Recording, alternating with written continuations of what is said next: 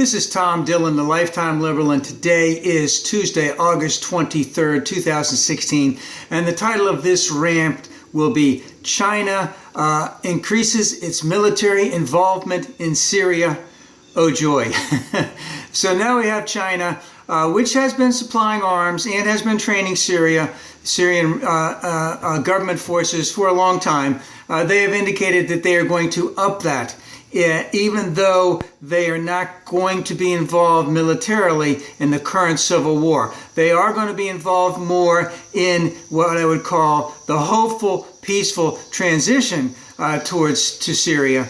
But at the same time, they do have a strategic alliance with Russia. And I believe it's called the Shanghai Cooperative Organization. And Iran is a little bit of a part of that. And the idea is that they need to see, they want to prop up Iran, they want to prop up Syria as they see them as strategic assets against the US and NATO in the Middle East, as Syria would be a stand that they need to take. They feel that they had lost Libya, and this is where they're going to make their stand.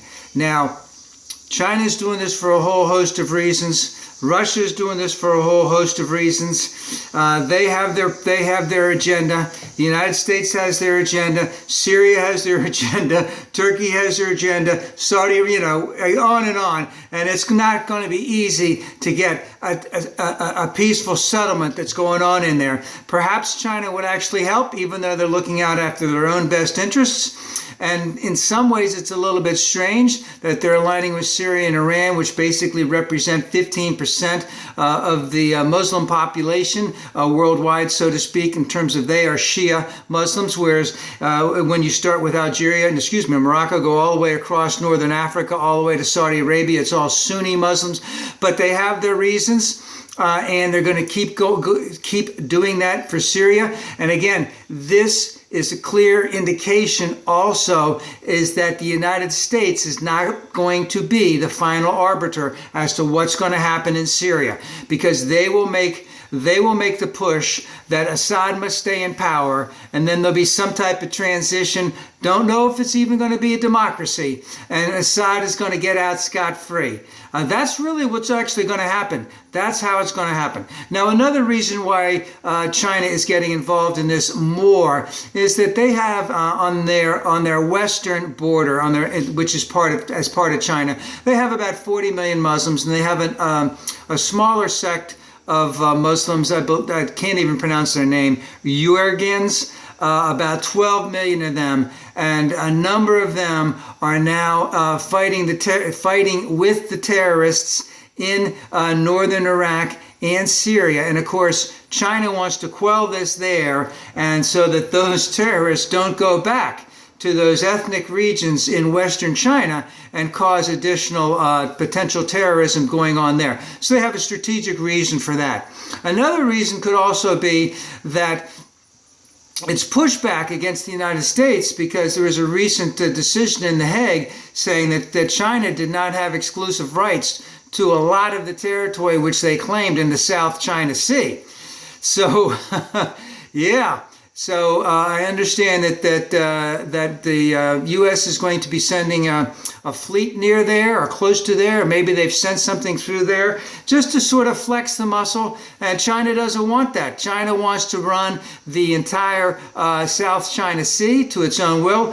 Vietnam is not happy about that. The Philippines aren't happy about that. Japan's not happy about that. Who is their, not caretaker, so to speak, but who has helped their police force? That would be the United States. So it could be pushed back against them.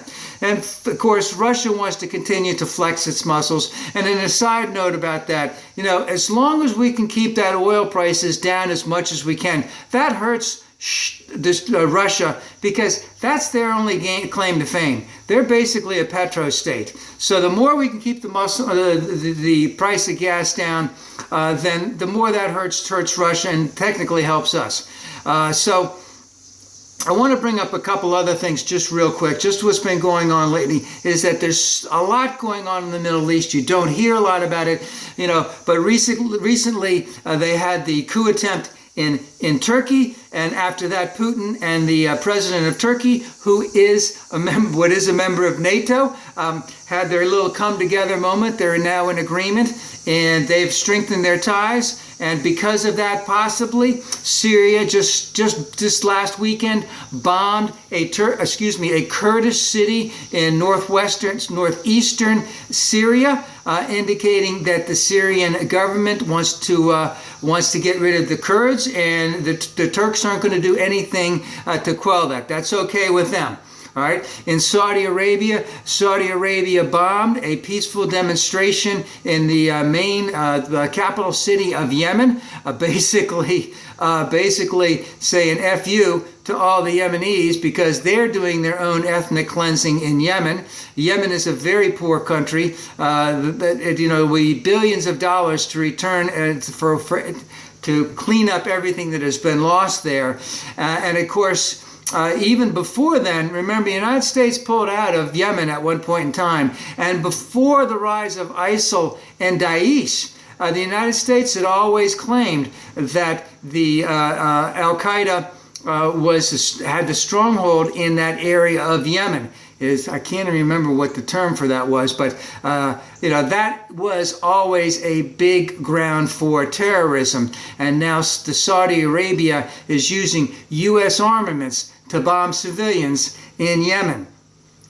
So there's a lot going on over there, and China's involvement in there could actually help bring a peace about, but it probably won't be to a democracy. And if you're going to prop Assad up for a little while, what's to keep him from staying in power if you're going to prop him up just until there can be a transition? Because he'll fight the transition after all the peace is made. Again, but how can you get all that peace going when there's all that stuff that's going on over there? And guess what? There isn't a damn thing that Trump could possibly do to bring peace there. He can only bring more havoc there.